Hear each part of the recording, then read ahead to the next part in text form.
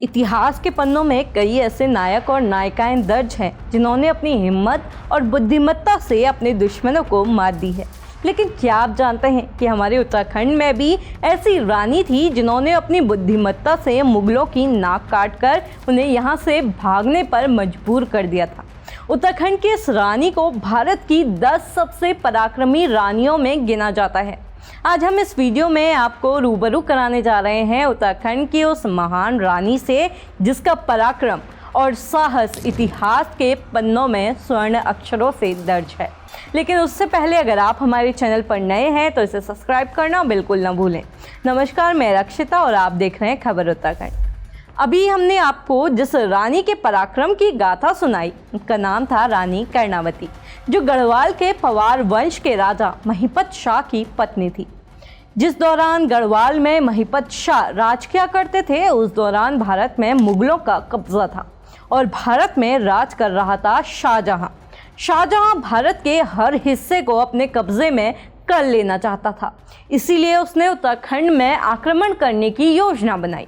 इसी बीच गढ़वाल के राजा महिपत शाह की मृत्यु हो गई और राजगद्दी मिली उनके 7 साल के बेटे पृथ्वीपति शाह को। अब पृथ्वीपति शाह राज्य को संभालने के लिए काफ़ी छोटे थे, तो उनकी माँ या कहें उनकी संरक्षिका रानी कर्णावती ने अपने बेटे की ओर से राज्य की बागडोर संभाली। ये शाहजहां के लिए गढ़वाल पर आक्रमण करने का अच्छा वक्त था। इसी का फ़ायदा उठाते हुए शाहजहां ने अपने सेनापति नजाबत खान को गढ़वाल पर हमला करने के लिए भेजा। 17वीं शताब्दी में भारत आए इतालवी यात्री निकोला के लेखों से पता चलता है कि शाहजहां ने गढ़वाल की राजधानी श्रीनगर पर हमला करने के लिए 30,000 सैनिकों की सेना भेजी थी। जब नजाबत खान गढ़वाल की सीमा पर पहुंचे तो उसने रानी कर्णावती को एक संदेश भिजवाया। इस संदेश में उसने रानी से कहा कि वो मुगल सल्तनत के अधीनता को स्वीकार कर ले और बतौर नजराना 10 लाख रुपए अदा करें। साथ ही उसने चेतावनी दी कि अगर रानी ने मुगल सल्तनत की अधीनता स्वीकार नहीं की तो हम हमले के लिए तैयार हैं। नजाबत खान ने ये संदेश तो भिजवा दिया था, लेकिन वो ये नहीं जानता था कि वो खुद चलकर शेरनी की माद में आ गया है। अब गढ़वाली सैनिकों को पहाड़ों में युद्ध करने का लंबे समय का अनुभव था।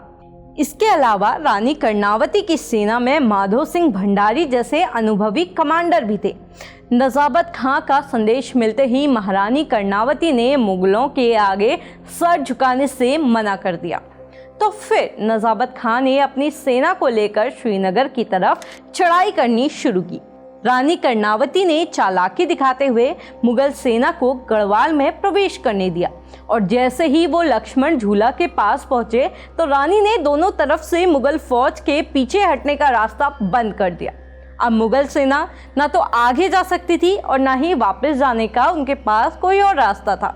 धीरे धीरे मुगल सेना का खाने का सामान भी खत्म होने लगा। मुगल सेना भूख और प्यास से बेहाल हो गई। ये देखकर नजाबत खान ने महारानी कर्णावती को शांति प्रस्ताव भेजा। यात्री निकोला ओमनुची इस किस्से पर लिखते हैं कि उस वक्त गढ़वाल की सेना मुगल फौज का चुटकियों में सफाया कर सकती थी, लेकिन उन्होंने ऐसा किया नहीं। रानी कर्णावती ने नजाबत खां के संदेश का जवाब भेजा, लेकिन उसमें उन्होंने जो लिखा था इसने उन्हें इतिहास के गलियारों में मशहूर कर दिया। रानी ने लिखा कि मुगल सैनिक सिर्फ एक ही शर्त पर जिंदा वापस लौट सकते हैं। शर्त है कि मुगल सैनिकों को अपनी नाक कटानी होगी। अब जान बचाने के लिए मुगल सैनिक इस शर्त को मानने के लिए तैयार हो गए। मुगल सेना के साथ ही नजाबत खां को भी अपनी नाक कटवानी पड़ी। इसके बाद मुगल सैनिक वापस लौट गए। मनुची आगे लिखते हैं कि इस अपमानजनक घटना के बाद नजाबत खान ने शर्म से वापस पहुंचने के पहले ही जहर खाकर अपनी जान दे दी और शाहजहां ने भी इसके बाद कभी दोबारा गढ़वाल पर हमला करने की नहीं सोची। इस घटना के बाद रानी कर्णावती को नाक काटी रानी या नक्काटी रानी के नाम से जाना जाने लगा।